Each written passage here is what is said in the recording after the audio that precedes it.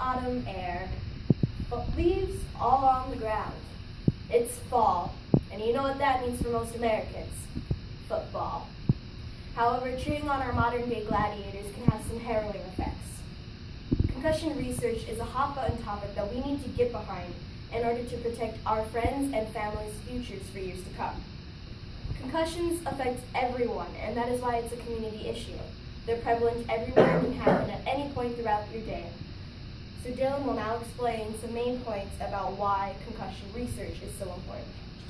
Thank you, Emily. Today we will discuss the importance of concussion research and why you should care, including what is being done and what the NFL doesn't want you to know. Trust in the great American ingenuity, Dr. Bennett Amalu was quoted as saying. However, the NFL has a long history of covering up the long-term cause and effects between concussions and brain disease. According to Steve Farinu and Mark Farinu-Wada in their book League of Denial, the NFL, led by then-Commissioner Paul Tagliabue, formed a mild traumatic brain injury committee in 1995.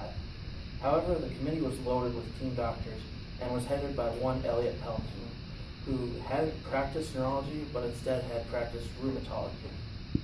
The committee then published lots of papers to back their findings that concussions didn't have any long-term effects on brain injury, and they tried to coerce Dr. Bennett Amalu into retracting his findings that he had found of CTE in former players.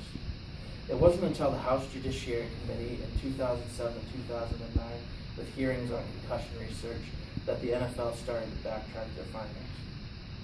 Despite the NFL's best attempts, there is still plenty of concussion research being done by great people. According to an article, The New Science of Concussion Research by Kelly Stone, researchers at the University of Pittsburgh Medical Center's Sports Medicine Concussion Program have currently worked to tailor concussion research and making concussions to a person's specific symptom set and helping them enable to give them therapy for their specific concussion. Also, according to Nathaniel Vinton of the New York Daily News, researchers at Mount Sinai's Icahn School of Medicine have found traces of CTE in a former living pro athlete. While the research still is preliminary, there is still great hope that this could help towards curing CTE in former living athletes.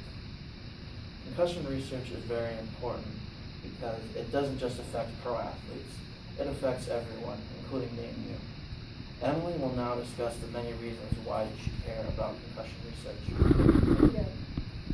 According to Brainline.org, 1.6 to 3.8 million sports-related and recreation-related concussions occur a year in the U.S. Concussions can happen to anyone. You or I could get a concussion right now. Let's just say if the ceiling were to cave in, most of us probably get a concussion. It can happen at any point throughout the day. With winter coming, if you miss your step on a little patch of ice and you bang your head just right, you could most likely have a concussion. If you get whiplash from riding your horse and your horse just comes to a dead stop, if your brain moves a little bit, that is technically a concussion. And our concussions can have the minor symptoms of right afterwards, the terrible headache, the nausea, the dizziness, your depth perception will be off, but it can also have severe and long-term effects if they happen multiple times throughout your lifespan. So ProtectTheBrain.org is a private organization, and they do not accept money from professional organizations such as the NFL, so there is no biased research with them. So I encourage you to donate to ProtectTheBrain.org, and you can find out where to donate on their website with the Give Now tab.